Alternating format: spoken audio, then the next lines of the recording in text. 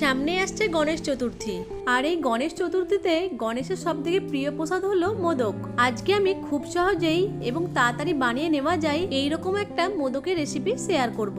বাড়িতে থাকা মাত্র 3-4টে উপকরণ দিয়েই এই মোদকটা বানিয়ে নিতে পারবেন। নমস্কার বন্ধুরা, আমি ঝর্ণা। ঝর্ণা সিম্পল রেসিপির আরেকটা নতুন ভিডিওতে আপনাদের সবাইকে স্বাগতম জানাই।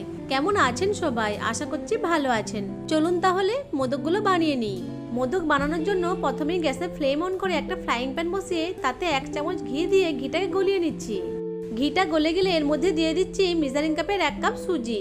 সুজির পরিমাণটা পরিমাণ অনুযায়ী বাড়িয়ে বা কমিয়ে নিতে পারেন।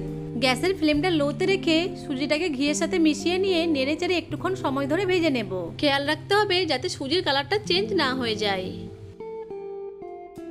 সুজিটা নাড়তে নাড়তে যখন দেখবেন এরকম ঝরঝরে হয়ে এসছে তখন বুঝে নেবেন সুজিটা ভাজা হয়ে গেছে।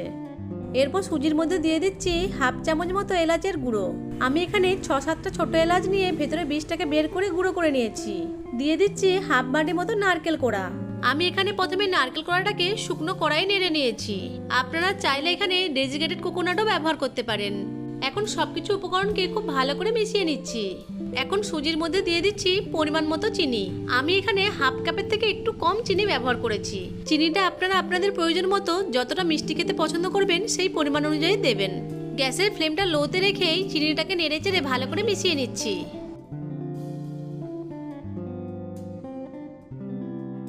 চিনিটাকে সুজির সাথে ভালো করে মিশিয়ে নিয়েছি। এখন এর মধ্যে দিয়ে দিচ্ছি কিছু আমন্ড কুচি আর কিছু কিশমিশ কুচি। আপনারা চাইলে এখানে চিনেবাদাম, কাজু বাদাম এবং পেস্তা বাদাম কুচিও ব্যবহার করতে পারেন। আমন্ড কুচি আর কিশমিশ কুচিগুলোকে সুজির সাথে ভালো করে মিশিয়ে নিচ্ছি। এখন সুজির মধ্যে দিয়ে দিচ্ছি 1 কাপ আর 1/4 কাপ লিকুইড দুধ। দুধটাকে আমি আগে থেকে জাল করে ঠান্ডা করে রেখেছিলাম। এখন দুধের সাথে সুজিটাকে ভালো করে মিশিয়ে নিয়ে একটা ডোয়ের মতো তৈরি করে নেব। লো ফ্লেমে অনবরত নেড়ে চেড়ে ডোটাকে তৈরি করে নিতে হবে।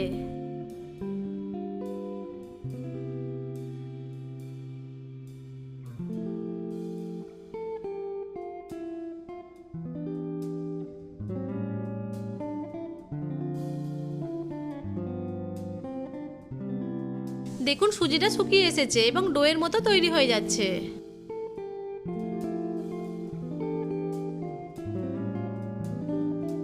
মোদক তৈরি করার জন্য ডোটা আমার রেডি হয়ে গেছে।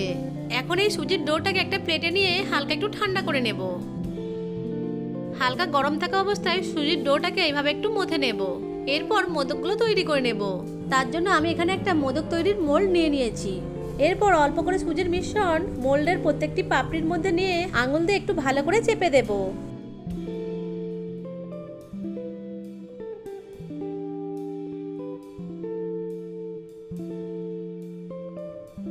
সুজির মিশ্রণ দেওয়ার পর মোদক তৈরির মোল্ডটাকে খুব ভালো করে চেপে দেব। সাইড বা নিচে দিয়ে সুজির যে এক্সট্রা মিশ্রণটা বেরিয়ে যাবে সেটাকে সরিয়ে নেব। এরপর মোল্ডটাকে আস্তে করে খুলে নেব। দেখুন কত সহজে মোদকটা তৈরি হয়ে গেল।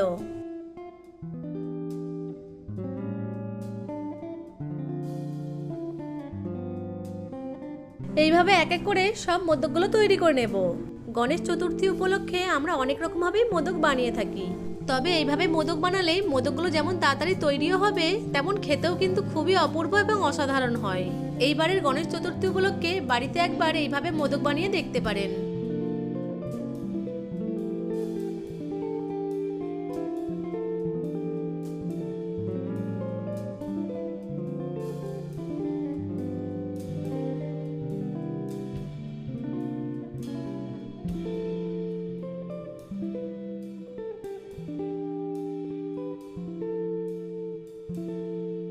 একইভাবে আমি সব মোদকগুলো তৈরি করে একটা প্লেটে সার্ভ করে দিয়েছি। এই মোদকগুলো দেখতে যেমন সুন্দর হয় খেতেও তেমন ভীষণ টেস্ট হয়।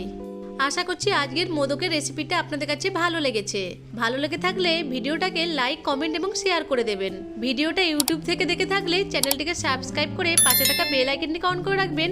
আর ফেসবুক থেকে দেখে থাকলে পেজটিকে ফলো করে দিয়ে পাশে থাকার অনুরোধ রইল। চলুন একটা মোদক ভেঙে দেখাচ্ছি। ভিডিওটা প্রথম থেকে শেষ পর্যন্ত দেখার জন্য আপনাদেরকে অসংখ্য ধন্যবাদ।